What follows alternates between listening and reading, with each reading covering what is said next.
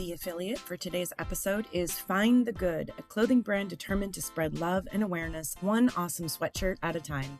Please go check them out at findthegood.com and use the promo code CarlaJean143 at the checkout for an exclusive 10% discount because you deserve it. That's CarlaJean143, CarlaJean143. Have you ever asked 5 people for advice and then ignored every single answer? Or maybe you didn't ignore them. Maybe you just kept asking until somebody finally gave you the answer you wanted.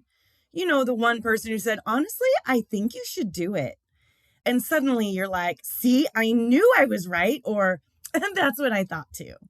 Congratulations. You weren't looking for advice. You were looking for permission. And listen, I say this with love because I absolutely have been there. Except for my version sounds like this. Am I overreacting? And does this text sound bitchy? Sometimes we aren't confused. Sometimes we actually know what we want to do. But trusting ourselves feels terrifying. Because what if we're wrong? What if someone disagrees? What if we disappoint someone? What if we make a mistake? So instead, we create a committee in our head, a committee made up of our parents, our friends, our coworkers, our past experiences, that one person who made a comment 10 years ago that we somehow still think about at 2 a.m. And before we make one decision, we have to get the approval from everyone sitting around that imaginary conference table. But here's the question I want us to explore today. When did we stop trusting ourselves? Because the truth is, your intuition isn't another voice you need to find.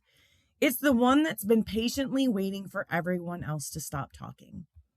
Welcome to Balanced But Barely. I'm your host, Carla Jean Lundgren, and today we're talking about intuition and learning how to make decisions from a place of inner wisdom instead of outside validation. Because getting your shift together isn't about changing your habits. It's about learning to trust the person you're becoming.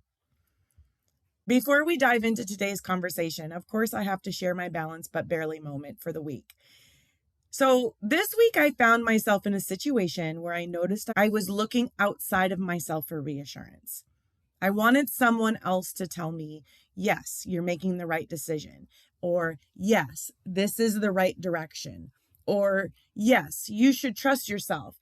And then I had one of those moments where I had to stop and ask, why am I waiting for someone else to give me permission? Why do I believe someone else's opinion carries more weight than my own? And maybe you've had moments like this too. Or maybe you found yourself asking, should I take this opportunity? Should I leave this relationship? Should I make this change? Should I say what I'm really thinking? Should I trust my own instincts? Sometimes we seek outside validation because we genuinely want perspective, and that's healthy. There's nothing wrong with asking for advice. The people who love us can offer wisdom we cannot always see ourselves. But there is a difference between seeking guidance and surrendering our own authority.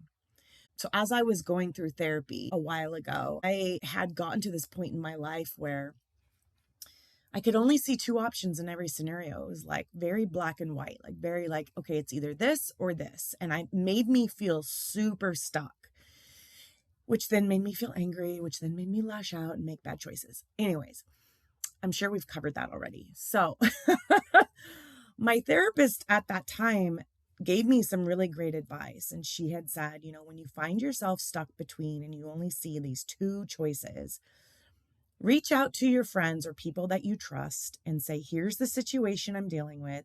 These are the 2 scenarios I've come up with. Can you offer any other options that I'm not seeing? Can you fill in the gray area that I'm unable to bring into my mind? That has helped me a lot along the way. Asking yourself if you're asking for validation or permission by bringing people into your conversations around your decisions. Are you really looking for more alternatives or more options that you can choose from? So you see the difference there. You're not relying on someone else to make the decision for you. You're extending an offer for them to engage in some alternatives. All right, let's talk about this. Because I don't want anyone listening to think, Okay, so now I can never ask anyone for advice? Absolutely not. Humans are designed for connection. We need each other. Community matters. Wise counsel matters. Mentors matter, and relationships matter. The problem happens when we start believing everyone else's opinion is more trustworthy than my own. That is where we lose ourselves. Guidance sounds like, I value your perspective, let me consider it. Validation seeking sounds like, please tell me what decision will make me feel safe. I want to share something that I've learned throughout my own journey. There have been many moments in my life where I knew something wasn't right before I could explain why, or information just would like randomly, and I know it's not random, but would just show up and just, just present itself to me. And I would literally say, I wasn't even looking for this, yet it found me. My first real long-term romantic relationship was with my son's father. We met in high school and we couldn't wait to move out and start adulting. So before anyone could tell us any different, we decided to get married at 18 years old. As expected, things didn't quite work out, and I knew it before I knew it, if you know what I mean. We were best friends in high school and we did everything together, even after we were married. At some point after we had our son, things started to change. I personally suffered from really bad postpartum depression, and I was all consumed with my son and with being a new mom at only 23 years old. I could feel my connection with my son's father becoming weaker and weaker by the day. He started going out with his friends without me, and not like inviting me and me saying, no, I'm going to stay home with the baby. It was like just going and not extending an invitation, which was really, really strange and really abnormal. Then his attitude towards me started to change. He started becoming short-tempered and refused to talk about any long-term plans for our family. At one point, we were at the park near our house with our son playing when I shared with him that I was ready to have a second child. His response, and I quote, and keep in mind, this was 23 years ago, and this is how much words can sting. And when they sting, it's like they're branded into your brain, because I can quote this man word for word. He says to me, that's not going to happen. You're beating a dead horse. I was devastated, not just because I wanted a bigger family, but because I knew at that point our relationship was in a lot of trouble. I could feel it throughout my entire body. My body sensed the energetic disconnection from my son's father before I even knew about the reason for the disconnection. But my mind wouldn't listen to my body. I was so unhappy. I was depressed, sad. I was craving connection, and I wanted to leave, but I knew I wouldn't leave without a quote unquote good reason. Because, for some reason, my happiness and contentment and desire for shared life goals wasn't good enough for me to leave. So as I drove home from work one day with tears running down my face, I literally said out loud, "Dear God, please let him do something stupid so I can leave." My mind needed proof. I talked to my friends, I talked to his family, my family, a therapist, my boss. At some point, I probably talked to strangers out on the street or in line at Costco. Not long after that drive home, the reason for our disconnection was confirmed. And I say confirmed because I already knew in my body what the reason was, but I didn't want to believe it. Over the years, I've ignored my intuition from time to time, and it has never worked in my favor. That little voice in my head or a quick flash in my mind of check this or don't forget that or say something is my energetic self knowing and communicating to my mental self. Most of the time, it's something small, like remind him to grab his keys. And then me talking myself out of saying anything because he's a grown man and doesn't need to be told what to do. Then having him call me later to tell me he forgot his keys and then asking me to bring them to his work. Damn it. I should have just said something. But then sometimes it's something bigger, like don't marry this person because you are better as best friends than partners and you're only 18 and you have so much growing up to do. Maybe you find yourself in a situation where you feel physically, mentally, spiritually, or financially uneasy, but you tell yourself you're overreacting. Creepy guy in the elevator and your body says, don't go in there. But your mind says, Don't be rude. And honestly, what's the worst thing that can happen locked inside of a box with a creepy stranger? Or it's the scam text that tells you to send money and your body tells you not to do it, but your mind overrules it. And now you're out $550. I know that sounds very specific. It may or may not have actually happened. Or maybe as a child, you never were listened to, or you were told what to feel and how to feel it. For me, I spoke my truth as a child and I was told I didn't really feel that way, or that I was lying and that an adult had told me to say that I was feeling a certain way. Have you experienced this? Do you walk into a room, you have a conversation, you receive an opportunity, you meet someone new, and something inside of you says, something about this feels off, or pay attention, this matters. But then the brain jumps in and the brain says, are you sure? Maybe you're overreacting. Maybe you're just being dramatic. Or maybe you should just ignore that feeling. Sometimes we're taught to distrust ourselves so much that we override the very signals designed to protect us. Now let's clear something up, because intuition sometimes gets treated like a mystical superpower. Like one day you're going to wake up and suddenly have magic answers floating around in your head. And it would honestly make decision making a lot easier. But intuition is much more fascinating. Research suggests intuition is often the brain's ability to recognize patterns based on previous experiences, information, and emotional cues. Your brain is constantly collecting information. Things you've seen, things you've experienced, patterns you've noticed, interactions you've had. Sometimes your conscious mind hasn't connected all the dots yet, but your body has. This is where researcher Antonio Damasio's work on the somatic marker hypothesis becomes interesting. His research suggests our emotions and our physical sensations play an important role in decision making. In simple terms, your body often sends information before your brain fully processes it.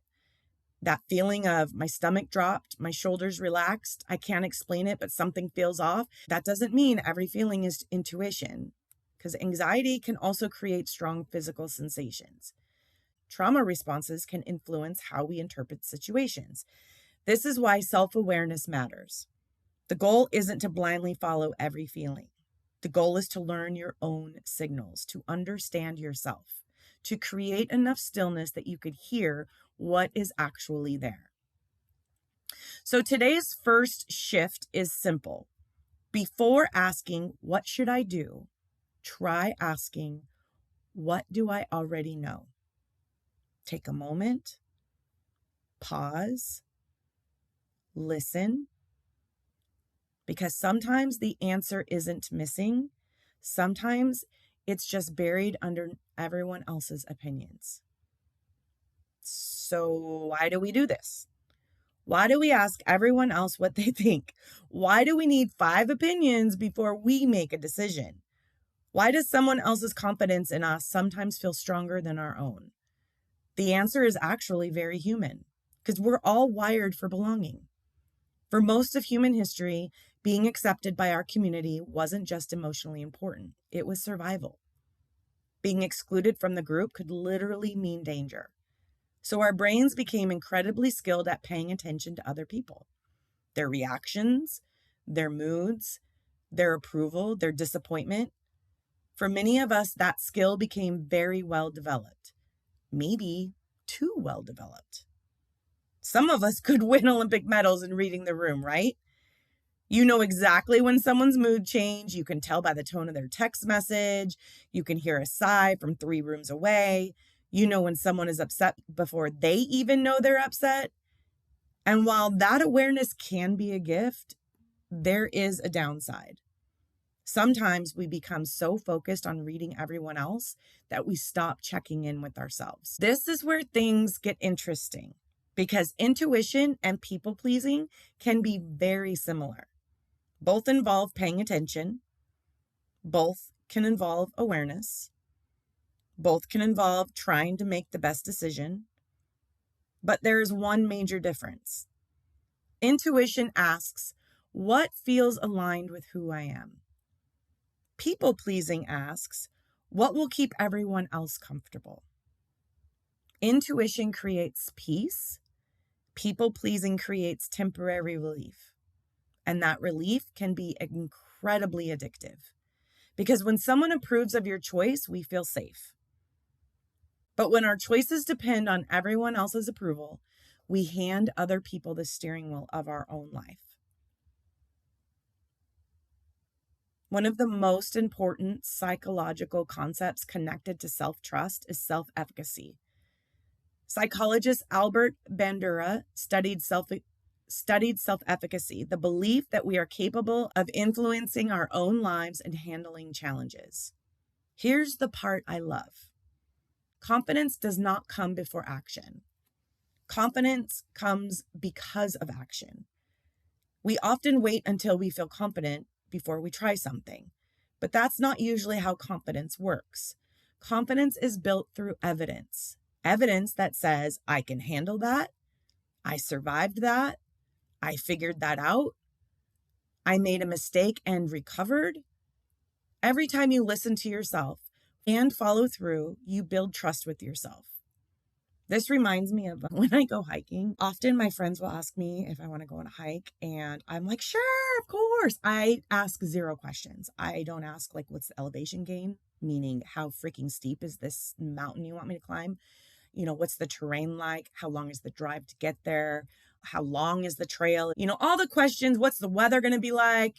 All of those questions that I should ask. I never ask, which has bit me in the ass several times. But anyways, and so inevitably we start hiking and it's like fun and we're chatty and we're like, woohoo, we got all the snacks in our bag and we're like just, looking around and our clothes are all clean and we're not sweating yet. And then something happens where it gets hard and you have to mentally push through that and physically push through that to reach your destination, right? To reach the peak or to reach the viewpoint or whatever that place is that or reach the car, to get back to the car. And every time I do that, I am reassured how strong I am, not just physically strong to be able to do the hike, but mentally strong to get myself through an uncomfortable situation. Now, could I be more comfortable by asking all those questions before I say yes? Yeah, probably. But then I might not say yes. I still don't ask. I still just say yes. But I love that feeling. I love the feeling of feeling my body carry me through something difficult. I love the feeling of knowing that like my mental strength was able to carry me through that situation. Think about any important relationship in your life. Trust is not created because someone said, trust me. Trust is created because someone constantly shows up. The same thing is true with yourself. Self-trust is built through small moments where you prove I am someone I can count on.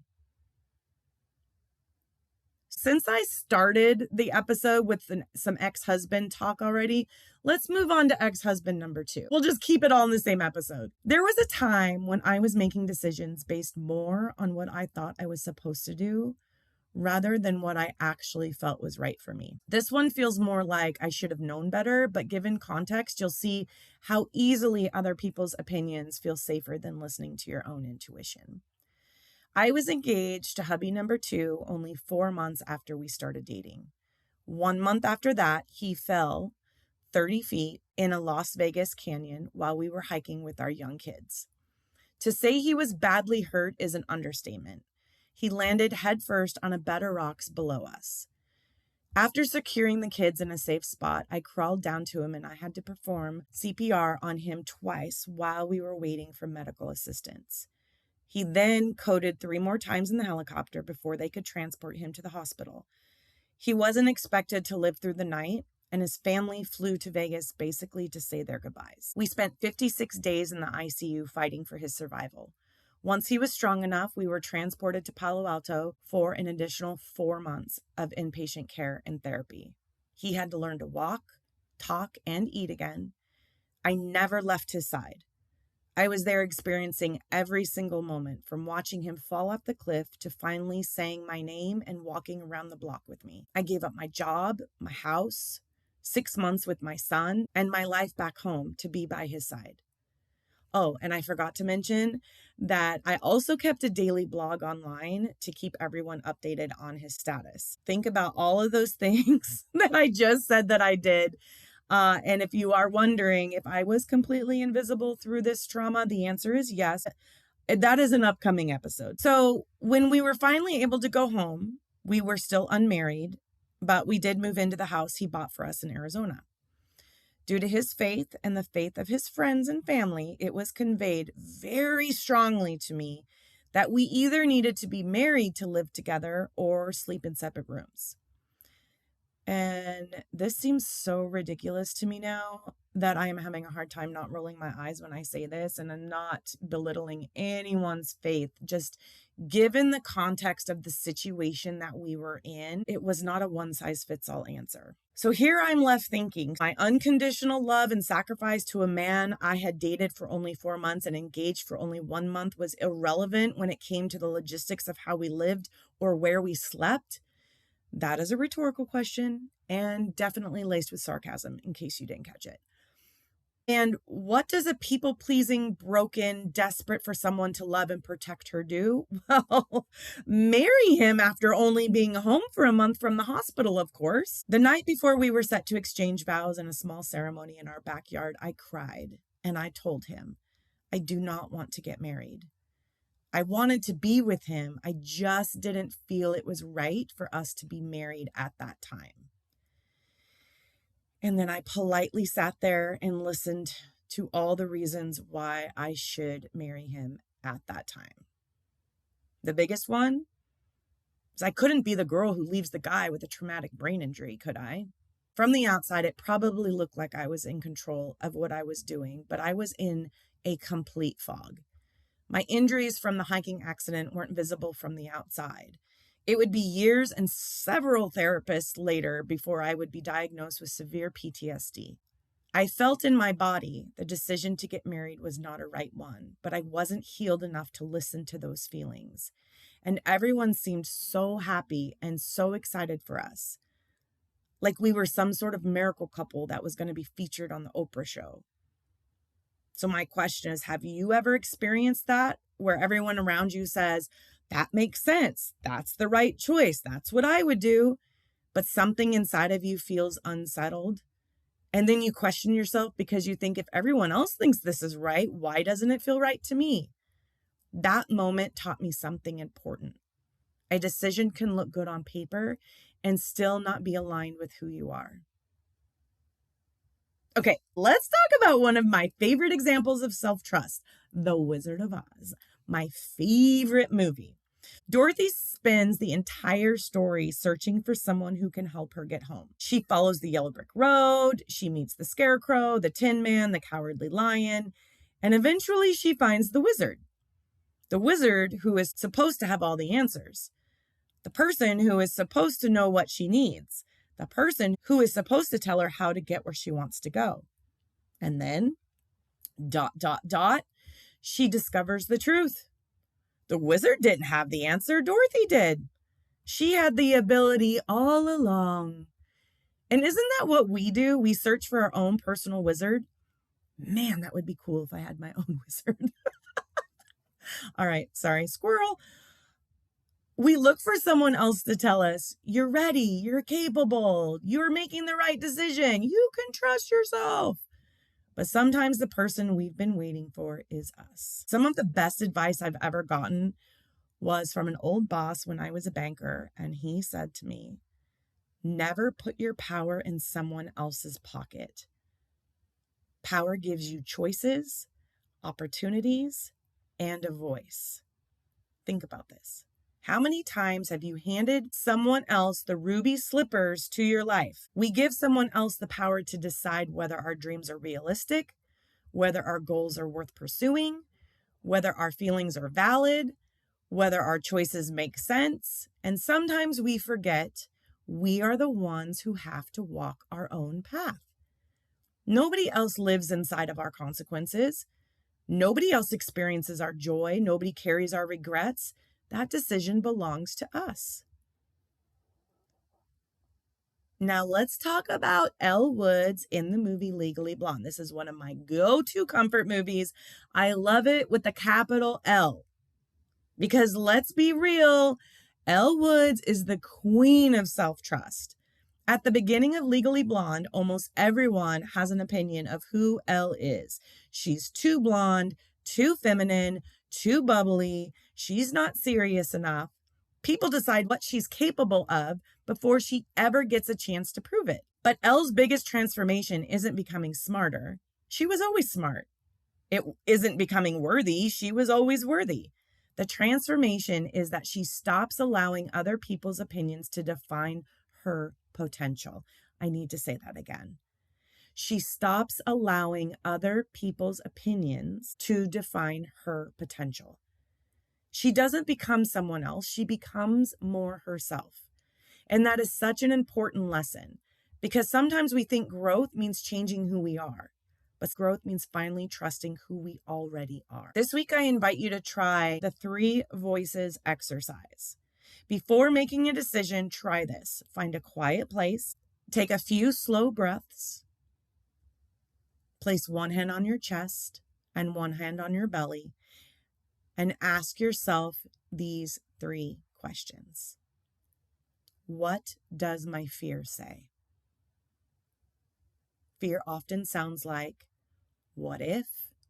What will people think? What if I fail? Just notice it. No judgment. Question number 2. What does everyone else say? Notice the voices you've collected. Your parents, your partner, your friends, society, expectations. Again, don't judge, just notice. And then question number 3, what does my wisdom say? This is the quiet voice, the one that doesn't panic, the one that doesn't need to prove anything, the one that asks what feels aligned, what feels true, what supports the person I am becoming. Take a breath. You don't need to force an answer. You are simply creating space to hear yourself.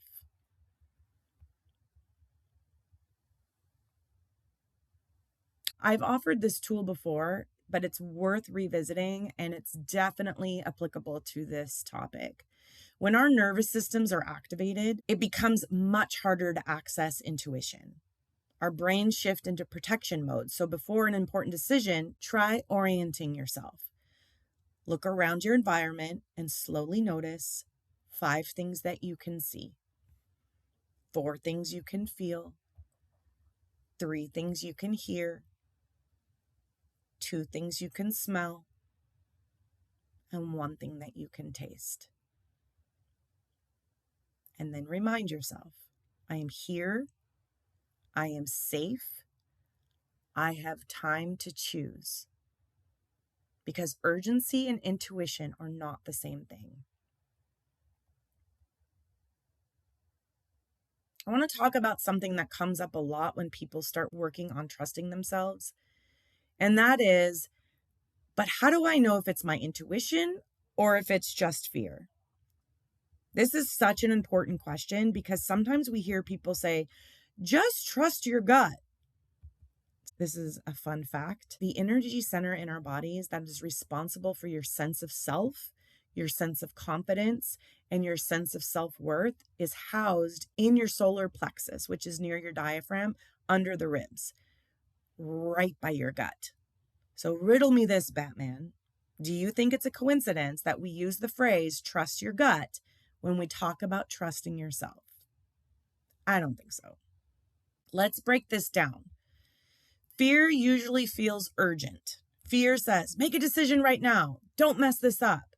What if everything goes wrong? Ah! Fear wants certainty. Fear wants guarantees. Fear often feels very loud. Intuition comes in a bit quieter. It usually is quiet. It doesn't need to convince you, and it doesn't need to create panic. It often feels like a calm knowing, a very simple, this matters, pay attention, this isn't for me, this is the direction I need to go. Now, that doesn't mean intuition always feels comfortable. Sometimes your intuition will lead you directly into discomfort because growth is uncomfortable. Leaving a familiar situation can feel scary. Having an honest conversation can feel scary.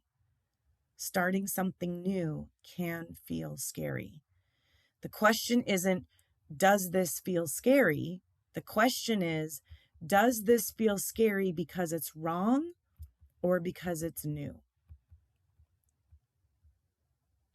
One of the things I find very fascinating is that self-doubt isn't always connected to the lack of ability. Some of the most capable people I know are the ones who question themselves the most. Why? Because they care. They consider consequences. They think about other people. They want to make thoughtful choices. Those are strengths. The problem happens when thoughtful consideration turns into endless second guessing, when reflection becomes rumination, when gathering information becomes avoiding a decision. There's a point where more research doesn't create clarity. It just creates more noise. And sometimes the next piece of information you need is not outside of you. It's already inside of you. Let's talk about validation for a minute, because validation feels real good. And there's nothing wrong with wanting encouragement. We're human beings. We want to be seen. We want to feel supported. But sometimes validation feels like emotional caffeine. We keep going back for another hit. Tell me I'm going to be okay. Tell me this makes sense. Tell me I'm not making another mistake. And eventually we forget how to generate that reassurance internally. We become dependent on external approval. And here's the hard part. The people we ask for validation are often giving us advice through the lens of their own life. Their fears, their experiences, their priorities, their values. That doesn't make them wrong. It just means they're not living your life. They don't have your exact history, your exact dreams, your exact purpose. So here's a practical tool for you this week. I call it releasing the urgency. And I actually used this phrase on the last full moon when I was releasing things that were no longer serving me. And I declared to the full moon, I release all urgency to make decisions. So before you make a decision that feels emotionally charged, pause. Not forever, not avoiding it, just pause for 24 hours. Set an alarm on your phone if you need to. And don't ask everyone else what they think. Don't create that group chat. Don't immediately search for someone else's opinion. And definitely don't ask ChatGPT. Instead, take a walk, journal, sit quietly, do a puzzle, move your body, exercise, dance, whatever feels great. Sing your favorite song, take a few deep breaths, and ask yourself, what do I actually want? What am I afraid will happen? What choice feels most aligned with the person I am becoming? Then after you've checked in with yourself, if you still want outside perspective, go ahead and ask. But make sure you write down your answers first before you ask other people so that your initial responses aren't swayed by outside opinions. I actually find this very fascinating to go back and read my initial responses before I had asked for help or asked for a different perspective to see if my mindset had shifted and then ask myself why. Because advice is powerful, but it should be a resource, not a replacement for your own wisdom. And this is where nervous system regulation becomes incredibly important. When your nervous system is overwhelmed, your brain prioritizes protection. It looks for threats. It searches for certainty. It wants to avoid mistakes. That is not the best state for making thoughtful decisions. So before asking, what should I do? Ask yourself, how regulated am I right now? Your first step may be creating safety. So try this. Take a slow inhale through your nose and a slow exhale longer than your inhale. For example, let's inhale for 4. 1, 2, 3, 4. And exhale for 6. 1, 2, 3, 4, 5, 6. Again, inhale for 4.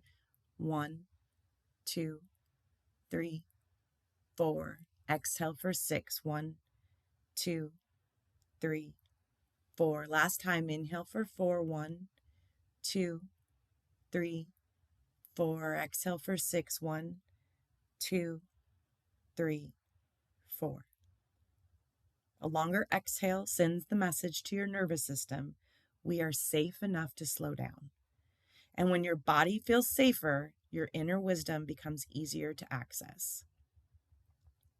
I want to invite you into a short reflection. Close your eyes if that feels comfortable. If you're driving, eyes stay open. Take a deep breath in. Think about something you've been uncertain about. A decision, a conversation, a change. Now imagine asking everyone else for their opinion. Notice how that feels. The pressure, the noise, the opinions. Now imagine removing all of those voices. Just for a moment, you are sitting with yourself. No one to impress, no one to convince, no one to disappoint.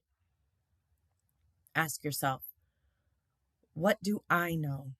Not what should I do, not what will make everyone happy, just what do I know? Take another slow breath in and out. You may not have the entire answer. You may not know every step, but maybe you know the next one. And sometimes the next step is enough. The beautiful thing about self-trust is that it grows every time you practice it. Every time you listen to yourself, every time you honor your needs, every time you make a decision and show up for yourself. You say, I can handle this. You build a relationship with yourself. And that relationship is the one you carry everywhere. So let's come back to where we started today. The group chat, the committee, the endless search for someone to tell us, yes, you're making the right choice. And maybe the most uncomfortable truth is this. Sometimes no one else can give us the certainty we're looking for because life doesn't come with guarantees. There is no person who can promise this decision will work out perfectly. This relationship will never hurt you. This opportunity will have no challenges. Or this path will never change. And I don't know about you, but that is terrifying to me. But it's also freeing at the same time. Because the goal was never to make a perfect decision. The goal has always been to trust myself enough to handle the imperfect ones. I am about to speak in movie references again because I love movies, especially movies with a great message. Moana is one of my favorite examples of intuition. Because Moana's entire story is about learning to trust something inside of herself that other people cannot fully understand. From the beginning, she feels a pull towards the ocean, but everyone around her has a reason why she should stay. They love her, they want to protect her, they want her to be safe. And here's where I think this becomes so relatable. Sometimes the people who love us the most are also the people who are the most afraid for us. Not because they don't believe in us, because they're looking at us through the lens of who we've always been. They know the version of us that feels familiar. But intuition often calls us towards the version of ourselves that we are becoming. Moana doesn't discover her purpose because someone finally gives her permission. She discovers it because she learns to listen. And that is such a powerful lesson. Because sometimes your intuition is not asking you to become someone different. Sometimes it's reminding you of who you've always been. And then this brings me back to the Wizard of Oz. Dorothy spends the entire movie searching for the wizard. Again, I wish I had my own personal wizard. That would be so freaking cool. Because Dorothy believes that the wizard is the person with all the answers, that the wizard is the person with the power, and that the wizard is the person who can finally tell her how to get home. And then she discovers something incredible. The wizard didn't have anything that she needed. She did. She had the courage, she had the wisdom, she had the ability, she just needed to believe it. And isn't that what we do? We search for our own personal wizard. We wait for someone else to say, "You're ready. You should go for it. You can trust yourself." And maybe the person you've been waiting for is you. Maybe you've been holding the answer while waiting for someone else to validate it. And last but not least, my girl, Elle Woods. One of my favorite examples of self-trust, because Elle Woods in Legally Blonde doesn't become successful by changing into someone else. She succeeds when she stops allowing other people to convince her that who she is isn't enough. People underestimate her. They define her. They decide what she's capable of. But Elle doesn't spend the movie proving she's worthy. She spends the movie discovering she never needed their permission. And I think that's such an important reminder. Growth doesn't always mean becoming more serious, more acceptable, more polished, or more like everyone else. Sometimes growth means becoming brave enough to let yourself be exactly who you are. Okay, here's your challenge for the week, your weekly shift, so to speak. Because, we're trying to make shift happen over here. Before asking someone else what to do, I want you to pause and ask yourself first. Journal, take a walk, sit quietly, listen. You are not eliminating support. You are not rejecting advice. You are simply remembering that you get a vote in your own life. Actually, you get the deciding vote. So before we close today's episode, I want to remind you of something. You are allowed to seek advice. You are allowed to ask for help. You are allowed to learn from people who have wisdom to share. But you are also allowed to trust yourself. You have lived every single moment of your life. You know your history. You know your values. You know your dreams. You know the things that you've survived. You know the person that you are becoming. And maybe your intuition isn't missing. Maybe it's just been waiting for you to get quiet enough to hear it. All right, that's what I have for you guys today. If this episode made you realize that you've been asking everyone else for permission or reminded you that your own voice deserves a seat at the table, share this with someone else who also could use that reminder. And if you're enjoying Balanced But Barely, make sure you subscribe, follow, and leave a review. You can connect with me on Instagram at @TheBalancedButBarely for journal prompts, wellness tools, and behind-the-scene moments. Also, subscribe to my weekly community newsletter at balancedbutbarely.com for the show notes and additional resources and personalized wellness energy reset courses. Remember, take a deep breath, drink some water, be kind to yourself, and trust yourself a little bit more than you did yesterday. This is Balanced But Barely. I'm your host, Carla Jean Lundgren, and we're figuring this out together.